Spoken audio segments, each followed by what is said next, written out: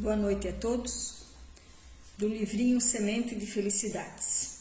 Abri por acaso na mensagem. Faça tudo com convicção e firmeza. A falta de firmeza e de convicção deteriora a sua maneira de ser, torna pusilânime a sua ação, deturpa um futuro de paz e de realizações, obscurece as opções e torna-o sensível a pensamentos nocivos. Coloque firmeza e confiança no que faz. Haja com determinação e vigor. Sinta-se preenchido por uma força extraordinária. Tenha o ideal de Deus, a firmeza no bem, edifica a paz. Então vamos todos agora fechar os nossos olhos. Pai de amor e de bondade, Jesus, mestre de luz, estamos mais uma vez aqui reunidos nessa casa de oração, para escutar as suas palavras, sempre lembrando de colocá-las em prática no nosso dia a dia, como eterno aprendizes que somos na escala da nossa evolução. Agradecemos pelo dia de hoje, pela semana que está se iniciando, por essa chuvinha maravilhosa na nossa cidade. Pedimos paz a todos nós, ao nosso país, pedimos saúde, que o Senhor, nosso Pai, estenda o seu manto de proteção a todos que do Senhor precisam nesse exato momento. Em presídios, hospitais, asilos, orfanatos e a todos os lares, de todos nós, de todos os ouvintes, de todo o nosso país e de todo o nosso mundo. Que assim seja. Que assim seja.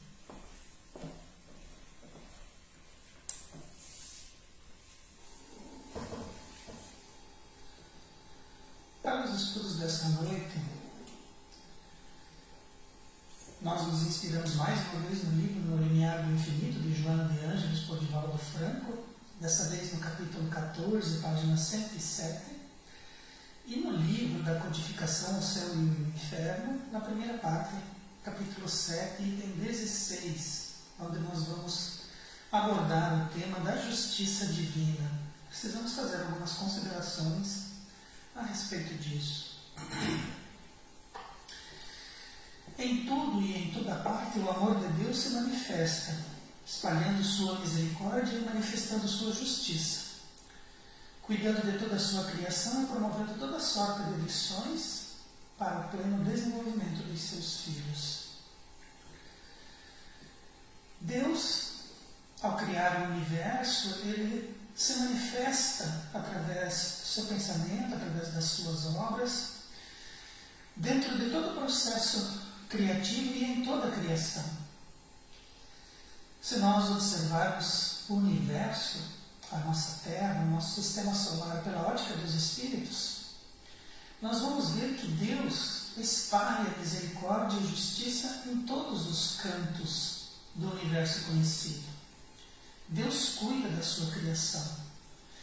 E nós, que somos espíritos ainda em processo de desenvolvimento, muito iniciais ainda nesse processo, nós precisamos encontrar para nós alguns aspectos, alguns apontamentos, alguns confrontos que, além dos limites do nosso corpo, eles atinjam, eles alcancem os nossos aspectos morais, os nossos aspectos espirituais mais íntimos.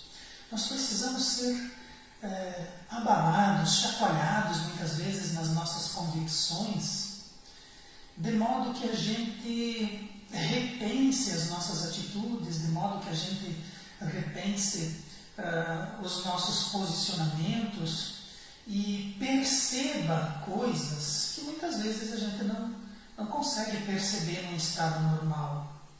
É importante muitas vezes que os teatros da vida, que os cenários da vida, eles alcancem o nosso íntimo. É necessário que às vezes os nossos aspectos mais profundos eles sejam confrontados, eles sejam encontrados por algumas energias, por algumas falas, por alguns apontamentos, por algumas dificuldades, para que a gente não fique incrustado, para que nós não criemos para nós mesmos conchas que vão sedimentar dentro de nós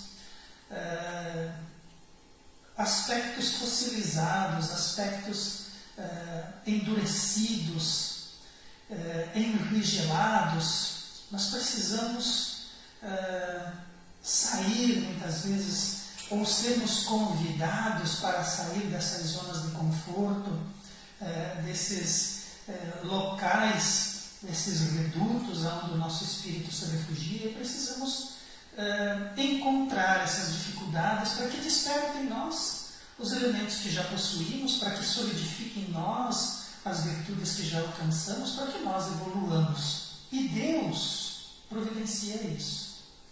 Então, nós seguimos vivendo, nós seguimos amanhecendo com o sol, dormindo com as estrelas, conversando com as pessoas, alcançando as idades adultas, as terceiras idades. Nós sentimos as dificuldades no nosso corpo, nós perdemos entes queridos, nós alcançamos metas materiais. Então tudo isso é importante para que nós não encontremos na nossa vida aspectos enrijecidos. Nós não encontremos em nossa vida algo que fique imutável. Nós precisamos compreender que tudo está constantemente em movimento. O universo é movimento. O universo é trabalho. O universo em si, todas as coisas estão evoluindo, progredindo. E nós, como espíritos, precisamos também entender isso e desenvolver em nós esses aspectos da evolução constante. E Deus providencia isso. Então, essa movimentação do universo, essa movimentação do nosso espírito, esses sofrimentos que nos alcançam, essas dificuldades que nos impulsionam, são lições que a criação divina, que Deus, na sua infinita justiça e misericórdia, promove para os seus filhos, de modo que eles se desenvolvam. Então, muitas vezes, observando as nossas dificuldades de perto, a gente acha que aquilo é insolúvel, a gente acha que aquilo vai nos soterrar, mas não. Daqui 1000 anos olharemos isso com outros olhos e perceberemos que aquilo é uma lição providenciada pelo alto e do qual nós precisávamos para despertar. Então o amor de Deus se manifesta em toda a parte e em toda a criação, e as suas lições sempre nos alcançam. Por apresentar virtudes num grau máximo de perfeição, é muito difícil para nós entendermos o alcance e avaliarmos sua abrangência, a razão pelo qual nós, as criaturas de Deus, descrevemos o Pai e suas virtudes com a estatura humana, com as suas limitações e paixões, diminuindo o nosso Pai. Então, é difícil para nós entendermos essa noção de justiça num grau máximo, justiça perfeita, amor infinito, justiça infinita, misericórdia infinita. É difícil para nós, criaturas ainda limitadas, compreendermos tudo isso. Kardec pergunta na codificação se nós conseguiríamos compreender Deus, e os Espíritos dizem que não. Nos falta ainda um sentido. Que sentido seria esse? Não é a visão, não é a audição, não é a visão, o paladar, não é nada dos compostos sensoriais que albergam o nosso corpo e que nos conectam com a matéria. Não é isso. É um outro sentimento, é um outro sentido. É um outro aspecto que nós ainda não possuímos. Então, nós podemos sentir Deus, nós podemos ouvir falar dele, nós podemos concebê-lo, mas essa amplitude do Pai nós não conseguimos alcançar. Então, quando nós vamos descrever Deus, quando a sociedade, quando as criaturas tentam entender Deus e se aproximar dele, nós vamos fazê-lo com a estatura e com os elementos que nós somos capazes de engendrar para descrever essa criatura. Mas os elementos que nós possuímos são humanos, os sentidos que nós possuímos são sentidos humanos. Então nós vamos descrever Deus como um velho, sábio, ponderado, né?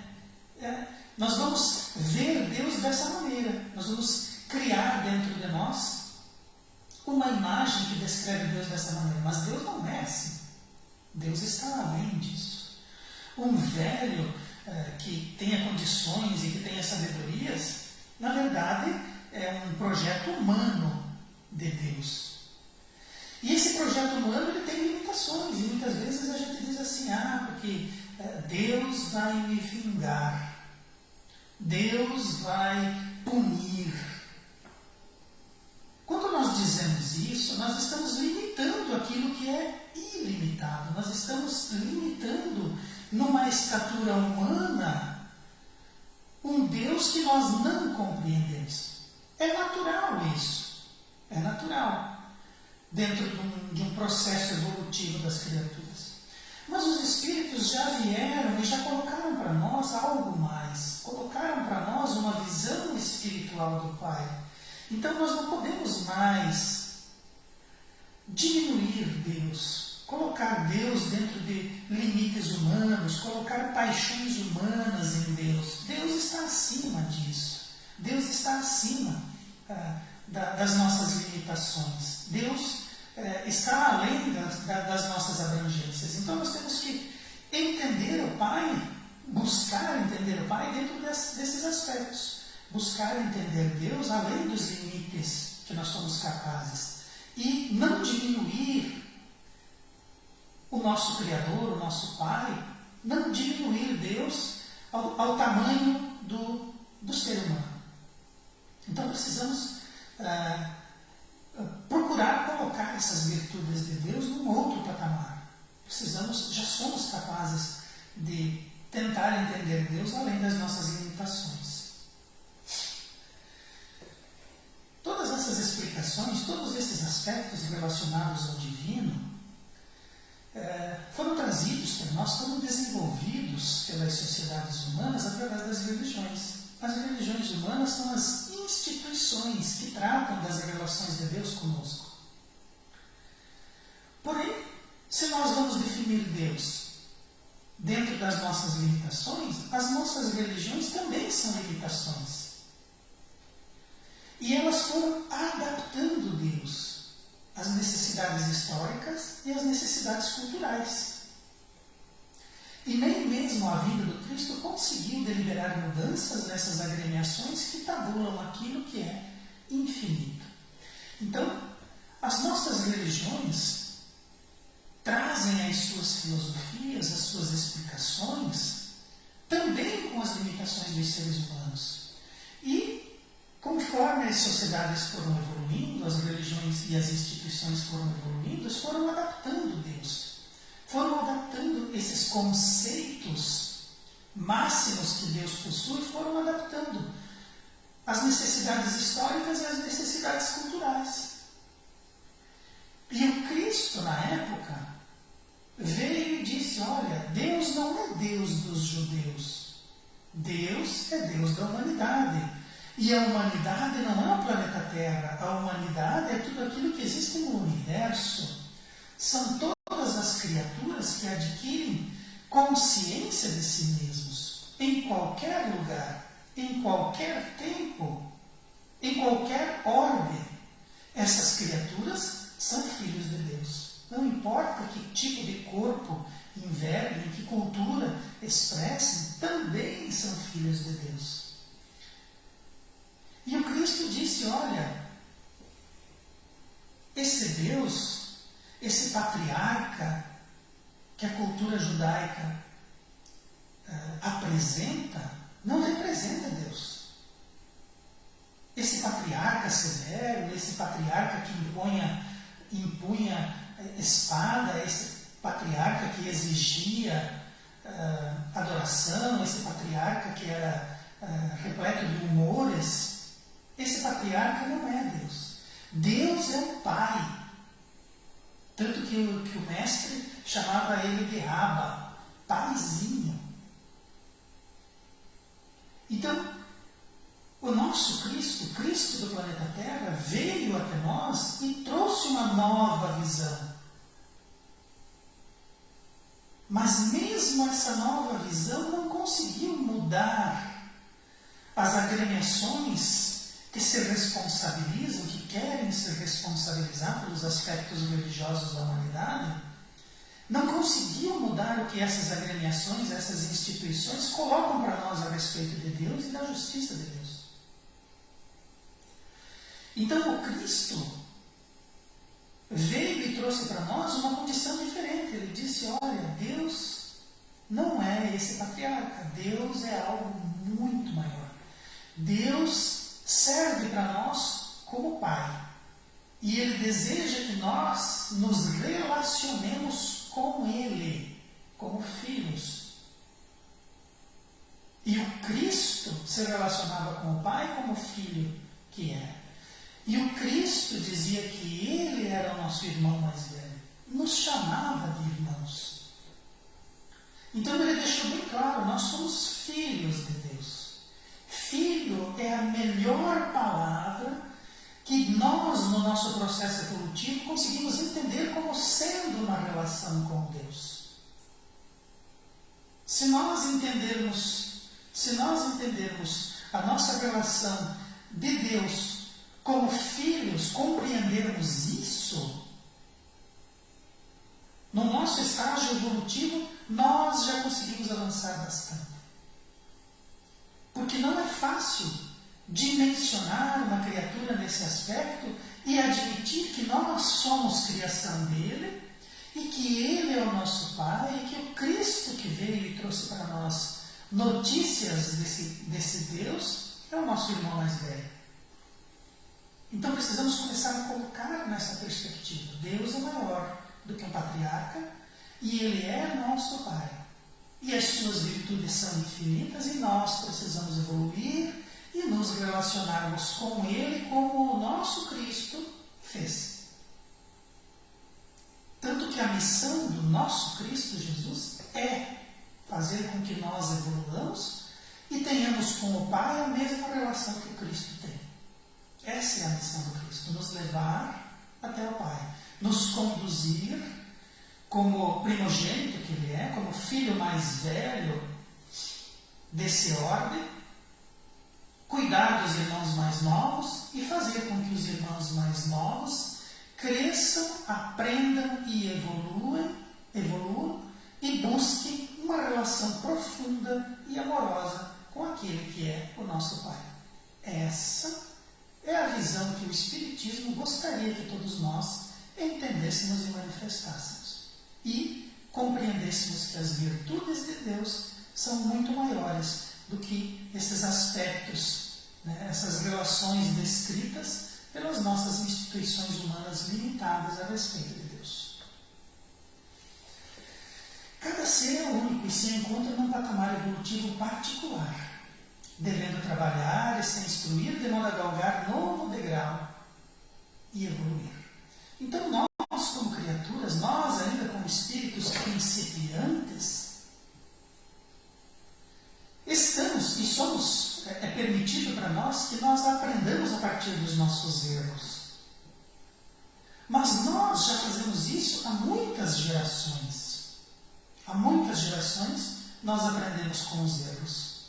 Agora nós temos uma doutrina espírita, agora nós temos um tempo moderno, nós temos falas, nós temos linguagens capazes de trazer para nós aspectos muito mais profundos, muito mais descritivos. E nós já estamos num grau evolutivo, nós já temos uma condição evolutiva de começar a aprender pelos acertos. Não precisamos mais errar para evoluir. Nós podemos começar a acertar e evoluir com os acertos. Nós já temos consciência suficiente para ouvir os bons conselhos dos bons espíritos e começar a trabalhar em prol de nós mesmos, utilizando o nosso livre-arbítrio em nós mesmos, conosco mesmo. Mas não porque nós podemos errar, sim porque queremos acertar. Cada um deve trabalhar e se instruir de modo a evoluir. E nós já temos informações suficientes para fazê-lo tentando acertar, não errando e e compreendendo e acertando em seguida. Nós já podemos observar os bons exemplos e evoluir através dos acertos. Dessa forma, é impossível sentenciar os milhões de criaturas que evoluem na Terra em apenas 3 categorias. Aqueles que vão para o céu, aqueles que vão para o inferno e aqueles que ficam no meio termo ali, indefinido. Então, esses aspectos dos espíritos em processo evolutivo não servem mais para nós. Não há como você pegar os milhões de criaturas, aonde cada um se encontra num patamar evolutivo, pegar todos esses milhões de criaturas e colocar em 3 lugares, ou no céu, ou no inferno, ou no meio termo do limbo indefinido. E acreditar que ao fazê-lo nós estamos praticando uma justiça divina. De forma nenhuma. Deus classifica as criaturas, todos os milhões de criaturas do planeta, em 3 categorias. Isso é impossível. Deus não pensa dessa forma. Jesus disse que não é assim. Então você ter uma única vida, uma única encarnação, e ao final dela você ser classificado em 3 posições somente, não é possível. Cada um no seu patamar evolutivo, cada um deve atingir o grau máximo. E se Deus é um pai, ou um paizinho, como Jesus dizia, de que forma Deus vai colocar os seus filhos, que Ele ama de forma infinita, numa punição eterna? Ou pegar uma única criatura e elegê-la para colocar no céu? Sob que argumentos? Alguém que se preza a ter justiça infinita não age dessa forma. Nós, seres humanos, de repente entendemos dessa forma, né? Um céu que nunca se acaba, um inferno que nunca termina e um limbo que nunca se determina. Para nós isso é raso, né? Isso é para nós algo fácil de compreender. Mas não é a expressão de Deus, onde cada criatura deve evoluir. Porque o Cristo disse que nós seríamos como Ele e muito mais. Então, quem fica no inferno perpétuo, como vai chegar a ser um Cristo? Como vai chegar a ser como o Cristo? Não há como. E não há como aguardar um julgamento nesse inferno perpétuo e depois lançar essas almas fora, porque eles são filhos de Deus. Deus não quer perder seus filhos. Então essa punição do inferno perpétuo não existe. Esse limbo indefinido é porque as pessoas que desenvolveram esses conceitos encontraram em si mesmos limitações. Mas Deus é infinito em todos os seus aspectos. E Ele cuida de cada uma das suas criaturas onde ela estiver. Deus cuida da planta com todas as suas necessidades. Deus cuida do animal com tudo o que ele necessita, providenciando aquilo que cada qual deve encontrar. Por que então, em relação ao homem, ele exerceria severidade para os detestáveis e benevolência para aqueles que lhe agradam? Então, se Deus cuida das plantas, se Deus orienta as raízes para que as plantas se nutram, se Deus cuida do solo, se Deus cuida dos ares para os pássaros, se Deus cuida dos oceanos para os peixes, por que Deus não cuidaria do homem? E nós temos lá a parábola do Cristo em que ele diz: Ele cuida das aves do céu, nada lhes falta. O que dirá se Deus zela pelos animais? O que dirá se Ele fará, se Ele não zelaria? Os seus filhos, aqueles que já conseguem concebê-lo, aqueles que já conseguem entrevê-lo, aqueles que já conseguem descrevê-lo para si mesmos. Então, aqueles que já se desenvolveram num grau máximo, Deus classificaria como detestáveis? Ou seria bonzinho com aqueles que bateriam palma, com aqueles que bateriam no peito, com aqueles que bateriam na cabeça, com aqueles que agradariam Deus, né, que bajulariam Ele? Deus não é assim. Deus cuida da sua criação e cuida também dos seres. Mesmo porque nós vamos ver muitas criaturas, irmãos nossos em processo evolutivo, que não conhecem o Deus do Cristo. Existem muitas criaturas, algumas até selvagens, que não conhecem Jesus, não conhecem a Igreja de Jesus e não conhecem o Deus a que Jesus chamava de Abba. Então esses são o quê? Detestáveis? Esses que não agradam Deus, que não batem palma para Deus, que não bajulam Deus porque não ouviram falar dele ainda, vão para o inferno?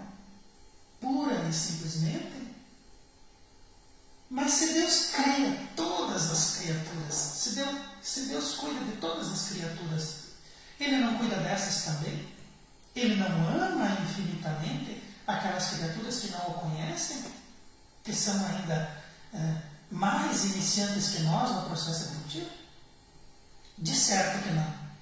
Mas a nossa razão já consegue alcançar isso e ver dessa forma. Então, precisamos tentar compreender Deus como algo a mais, algo além das nossas próprias limitações. Eleger preferência é uma matriz de temperamento humano que segrega em grupos e separa os desagradáveis, estratificando aqueles que não se reúnem sob o mesmo estandarte, ameaçando com a ira de Deus, que vingará quem ousar contestar uma hegemonia. Então, aqueles que se colocam sob um determinado estandarte, que conseguem ver Deus e aceitar o Cristo, de repente dizem que a ira de Deus vingará. Mas ira e vingança não é justiça. E se Deus sentir ira e vingança, Ele não é Deus. Porque Deus está acima disso. Deus possui justiça, amor e benevolência ao infinito, em grau máximo.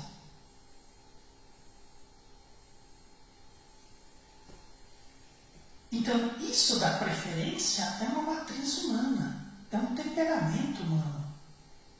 Então, eu separo, eu coloco em outro grupo aquele que não está sobre o mesmo estandarte, aquele que não reza como eu, aquele que não faz como eu, aquele que não se veste como eu, é um desagradável. Eu segrego ele e eu digo assim, Deus vai vir e a mão dele vai pesar sobre você, eu vou falar com Deus. Isso é uma hegemonia. Como que um esquimó que não é católico, que não é luterano, que não é evangélico, que não é espírita, que não conhece o Deus de Jesus, mas que conhece o Deus da foca, ou o Deus da baleia, ou o Deus do gelo, como que esse vai ficar desassistido? Se ele enverga a mesma forma humana que eu, se ele tem os mesmos aspectos evolutivos que eu, talvez ele esteja naquele local colhendo as informações que ele precisa para talvez mais à frente vir a ouvir falar de Deus e do Cristo. Mas ele não está na minha hegemonia, porém ele não é um detestável, um desagradável, um segregado, um estratificado. Deus cuida dele também. E se ele não conhece Deus e não conhece o Cristo, e eu conheço o Cristo e já ouvi falar de Deus, a responsabilidade é minha e não dele. Porque o Cristo falou para nós, o Cristo nos apresentou Deus, mas os nossos irmãos de outras agremiações, de outras matizes, de outros grupos, de outras estratificações, que não ouviram o Cristo e não conhecem Deus, cabe a mim fazer a caridade, cabe a mim levar a palavra, cabe a mim ser o irmão mais velho deles, cabe a mim dar o exemplo.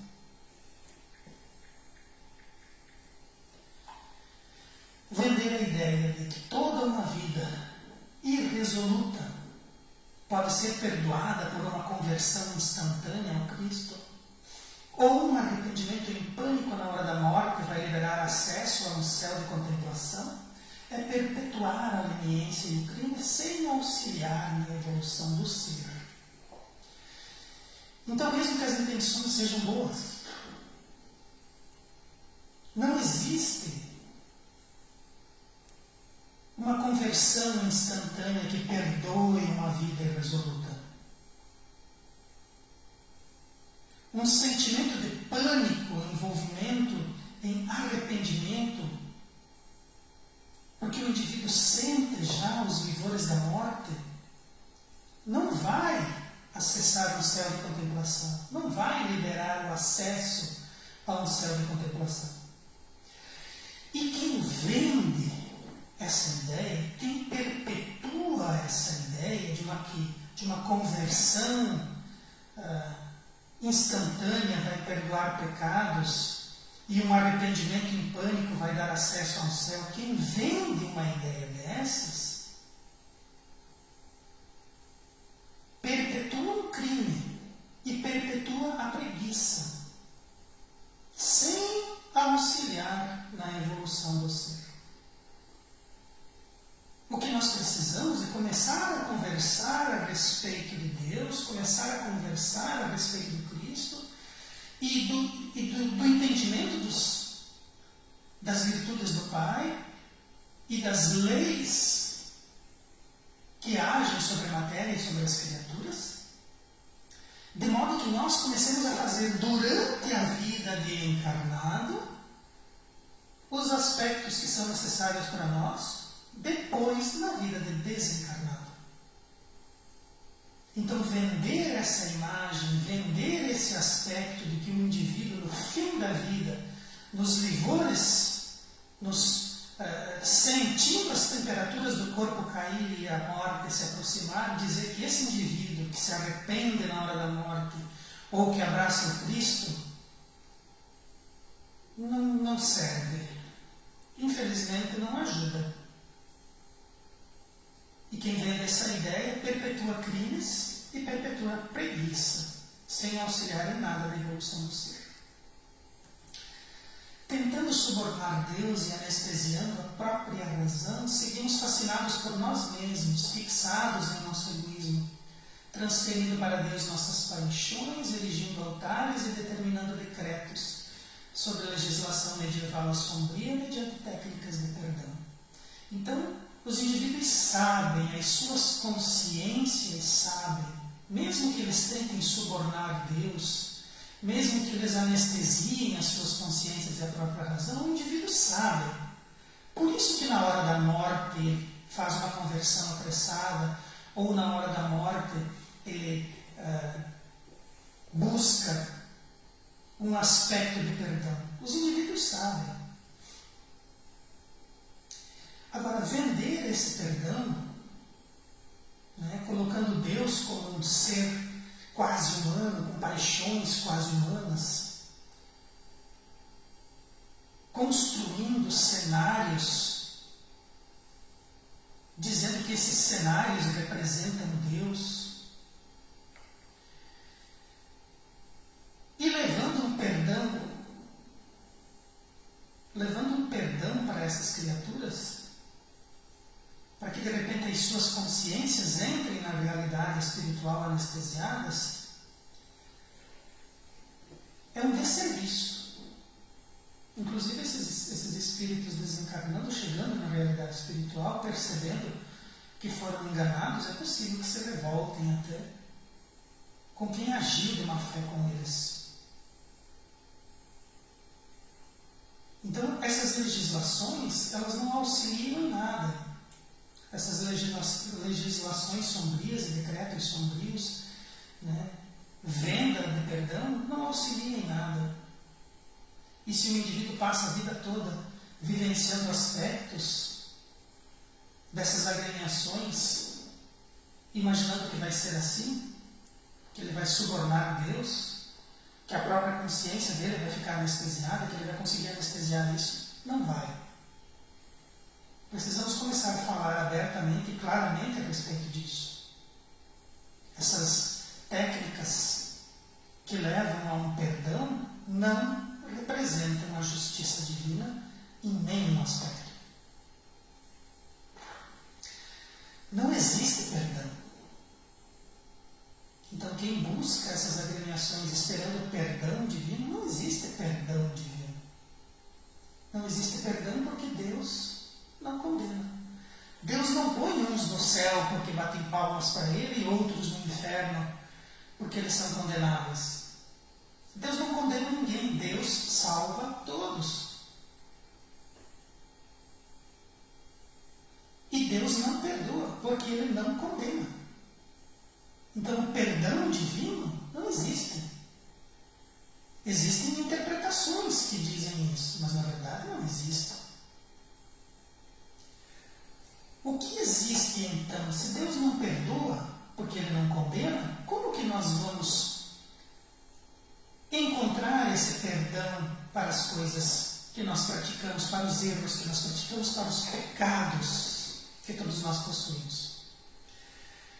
Cada um deve se arrepender, deve reparar e deve expiar, de maneira a eleger para si mesmo a paz que o equilíbrio proporciona, mediante o cumprimento de toda a lei, sendo o amor a única forma de cobrir uma multidão de pecados. Então, subornar Deus para tentar conseguir de Deus um perdão não existe.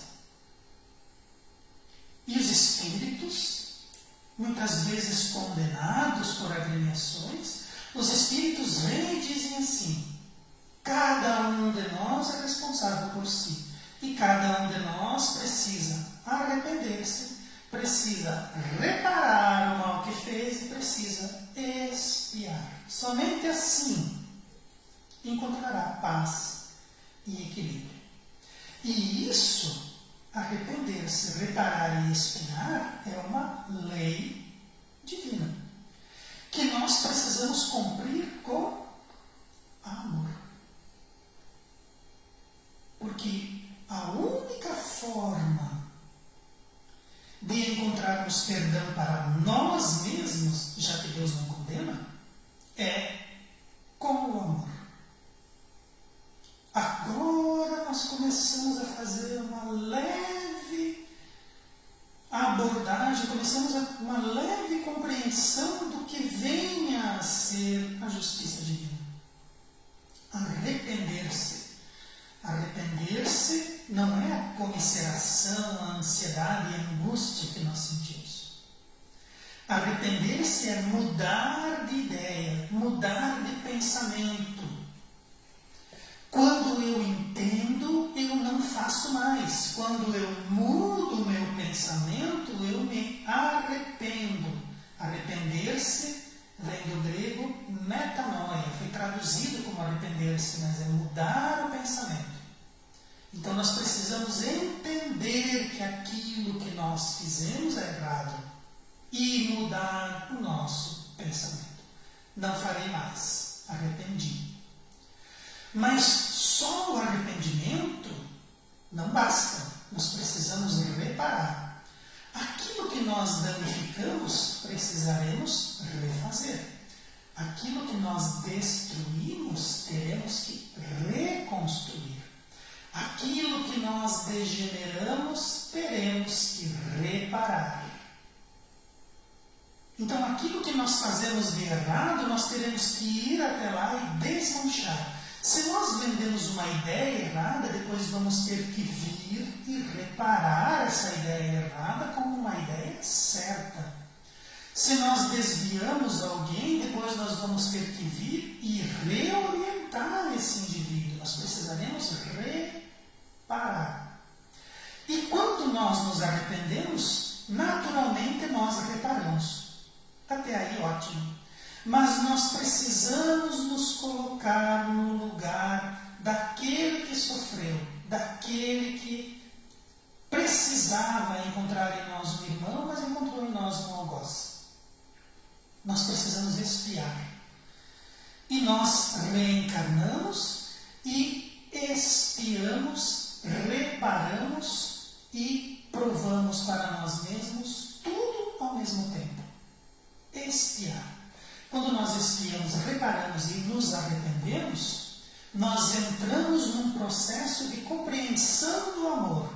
Única forma de cobrir, de dirimir, de diluir os nossos pecados e nos perdoarmos.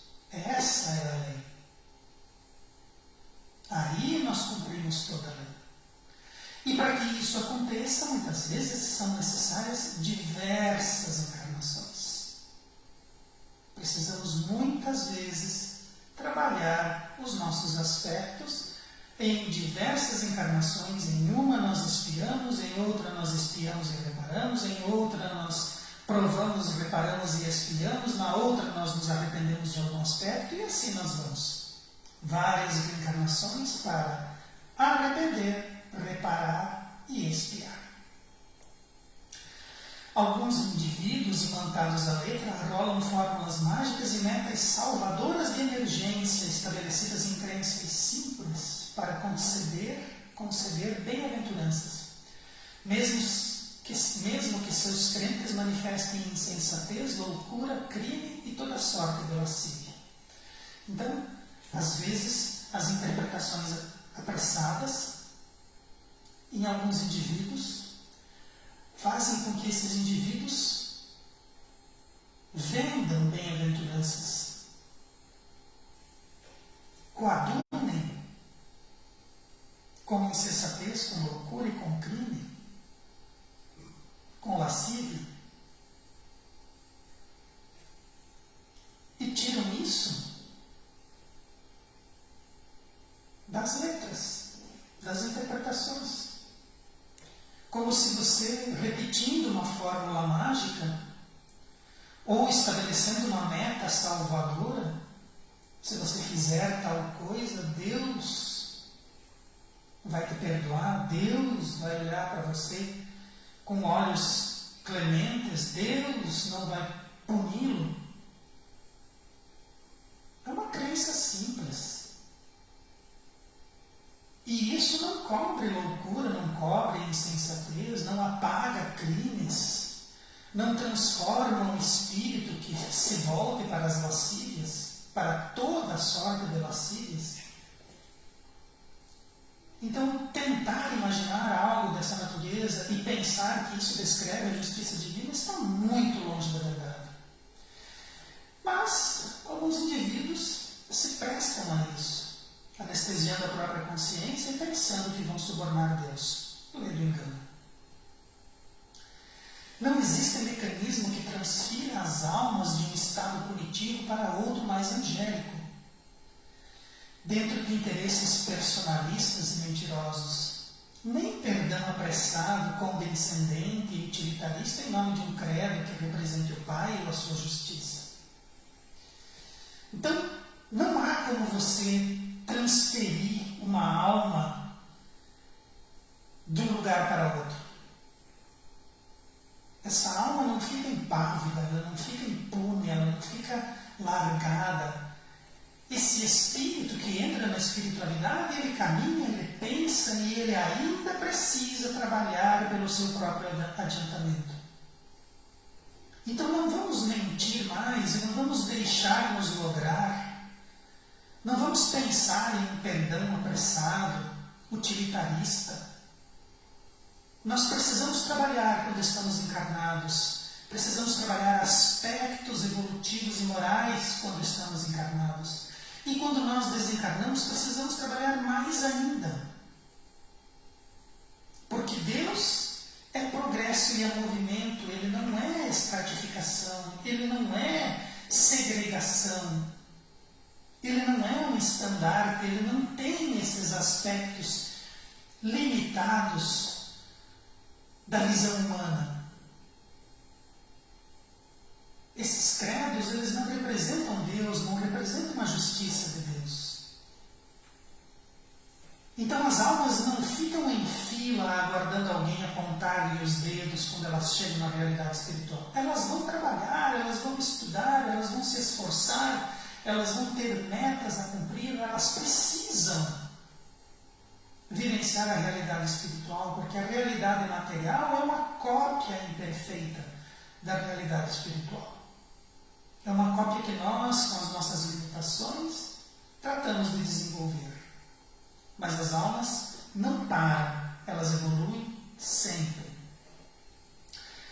A fé salva com certeza, todavia não de forma simplista e precipitada, premiando o erro e a irregularidade num golpe de remorso tardio e aceitação imediata daquilo que é divino, no momento dramático da desencarnação. Então muitas vezes nós somos ainda cobrados na nossa fé e vendem para nós uma ideia equivocada de fé. Fé é acreditar. Fé não é acreditar. Fé, o radical de fé é fidelidade. Nós continuamos fiéis a Deus. Nós continuamos fiéis ao nosso Pai, independente do que nos aconteça. Então a fé salva, mas não da forma como ela é vendida. A fé é uma persistência nossa em estar no caminho, estar no que é certo, mesmo que tudo ao nosso redor caia, porque nós continuamos acreditando que Deus cuida de nós, nós continuamos acreditando que Deus é justiça infinita, é amor infinito, e o plano dele, já que ele é infinito em todos os seus aspectos, o plano dele é melhor que o meu, o plano dele é mais acertado que o meu. E Deus vê do alto e vê distante, coisa que nós ainda não conseguimos. Talvez o Cristo consiga, mas o Cristo preferiu morrer. O Cristo preferiu ter seu corpo dilacerado ao desrespeitar o Pai. Ou ao invadir uma seara, um coração, um drama alheio. Jesus não fez isso. Ele preferiu arcar com as consequências daquilo que ele tinha trazido como lição, como exemplo, por orientação do Pai. Jesus foi fiel até o fim. É essa fé que Jesus manifesta que nós temos que entender e colocar para nós mesmos. Essa é a fé que salva. Deus sabe o que faz. A fé testifica a nossa fidelidade à sabedoria do Pai e à sua infinita justiça, predispondo nossa renovação íntima, emulando uma ressurreição para refazer o caminho, modificando estruturas emocionais, sanando delitos, adquirindo amor, agindo na caridade e no perdão. Essa é a fé que precisamos. Não importa o que aconteça conosco hoje, não importa o que aconteça conosco agora, nós temos outras encarnações, nós temos outras metas. Esse trabalho que se afasta agora, esse trabalho que se consuma agora, vai abrir espaço para trabalhos outros, para outros momentos, outras searas, outros aprendizados. Nunca paramos. Refazemos os nossos caminhos, modificamos as nossas estruturas íntimas e emocionais e psíquicas, vamos gradativamente resgatando os nossos débitos, sanando os nossos delitos, compreendendo, adquirindo e desenvolvendo em nós mesmos o amor, agindo com a caridade que os nossos irmãos necessitam e perdoando a nós mesmos e a eles quando os problemas deles nos atingem. Essa é a fé que testifica a nossa fidelidade à sabedoria do Pai e à sua justiça infinita. Não ao simples acreditar. Você precisa crer. Você precisa acreditar. Não, nós precisamos saber. Porque quando eu sei, nada mais se altera. Quando eu sei, eu metanoia. Eu me arrependi dos caminhos errados e me coloquei nas condições corretas, seguindo as leis e entendendo as motivações do Pai. O Mestre Jesus asseverou que cada um segundo suas obras, certificando que cada ser viverá conforme seus feitos independente do plano em que se manifesta, seja físico ou espiritual, arquitetando a própria vida segundo as ideias que agasalha e vitaliza. Cada um segundo suas obras. Se eu estou na terra, segundo as obras que eu faço na terra. Se eu estou no plano espiritual, segundo as obras que eu faço no plano espiritual. E aquilo que eu agasalho no meu coração e no meu espírito é aquilo que eu vitalizo com as energias que eu sou capaz de movimentar. Cada um segundo as suas obras. Para situações melhores, ideias melhores, energias melhores. Cada um precisa trabalhar e desenvolver em si para evoluir e atingir as cumeadas da perfeição que o Cristo colocou para nós como meta em nosso processo evolutivo. Pequenas abordagens a respeito da justiça divina, pequenas abordagens a respeito do que os Espíritos nos trazem como lição e que nós precisamos começar a compreender e a colocar para nós mesmos como metas de vida. A doutrina espírita requer de nós muito estudo, muito aprofundamento, requer de nós muita discussão e muito empenho, e todos nós somos capazes de compreendê-la e de manifestá-la, já que o Cristo trouxe para nós a doutrina espírita como o Consolador prometido nas suas horas derradeiras. Vamos agradecer a Deus, nosso Pai, e a Jesus, nosso Mestre, aos amigos espirituais da codificação, que estão sempre conosco e nos auxiliam e nos inspiram. Agradecer a Joana de Ângeles pelos seus apontamentos e pelas lições que já somos capazes de acompanhar e absorver, olhando para nós mesmos como eternos aprendizes e possuindo irmãos mais velhos e responsáveis que são capazes de nos auxiliar no nosso desenvolvimento, na nossa caminhada e na nossa evolução. Que o Mestre Jesus esteja conosco e que Ele nos auxilie sendo a luz que clareia os caminhos, a luz do nosso horizonte. Que assim seja.